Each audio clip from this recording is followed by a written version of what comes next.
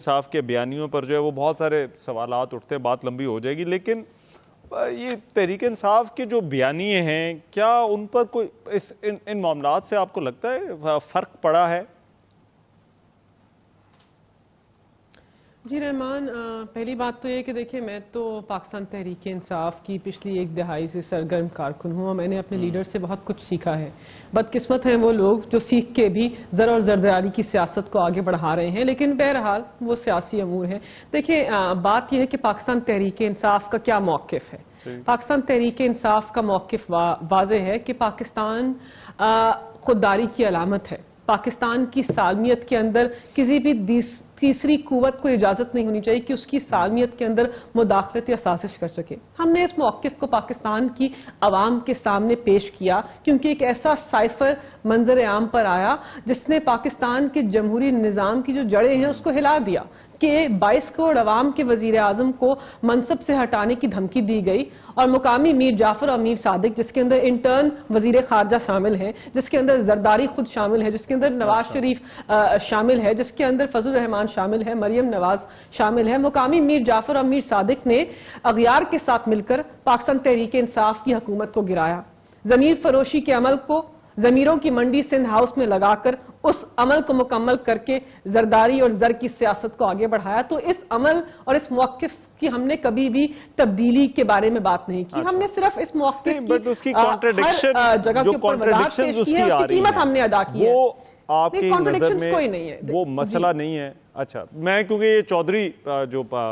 کاف لیگ کے بیانات ہیں وہ اگر یہ کہتے ہیں کہ جی کہ ہمیں تو کہا گیا کہ وہ آپ کے ساتھ جو چلے، آج ایکچولی فروغ نسیم صاحب نے بھی اس پر جو ہے وہ بات کی اور انہوں نے کہا ہے کہ ہم نے ان سے پوچھا لیکن انہوں نے کہا کہ آپ نے جہاں پر فیصلہ کرنا ہے وہ کر لیں۔ تو یہ کیا یہ چیزیں جو سازش والا بیانیہ ہے، جو ہینڈلرز والا بیانیہ ہے، اس سے متصادم نہیں ہیں؟ نہیں، دیکھیں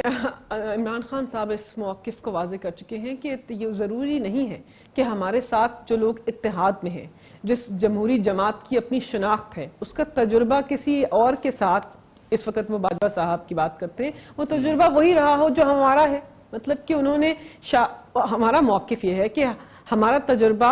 مونس الہی صاحب کے تجربے سے مختلف ہے۔ عمران خان صاحب نے تو وضاحت سے کہا ہے کہ کیا کردار تھا، کیا ہمارے تحفظات ہیں، اور اس طرح فروغ نسیم صاحب بھی بڑے مایہ ناز قانون دان ہیں، بڑے شریف النفس آدمی ہیں، ان کا بہت احترام کرتے ہیں، لیکن ضروری نہیں ہے۔ اور انہوں نے یہ وضاحت دی ہے کہ میں نے اپنی ذاتی حیثیت میں ان سے سابق سپہ سالار سے گفتگو کی اور انہوں نے مجھے ایک جواب دیا جو منظر عام پر آیا کہ آپ اپنا فیصلہ کر لیں، لیکن یہ پارٹی کا موقف نہیں تھا۔ تو ضروری نہیں ہے کہ تین جماعتیں جن کی اپنی اپنی شناخت ہے ان کا ایک ہی شخص سے ایک قسم کا تجربہ رہا ہو۔ تو ہمارا موقف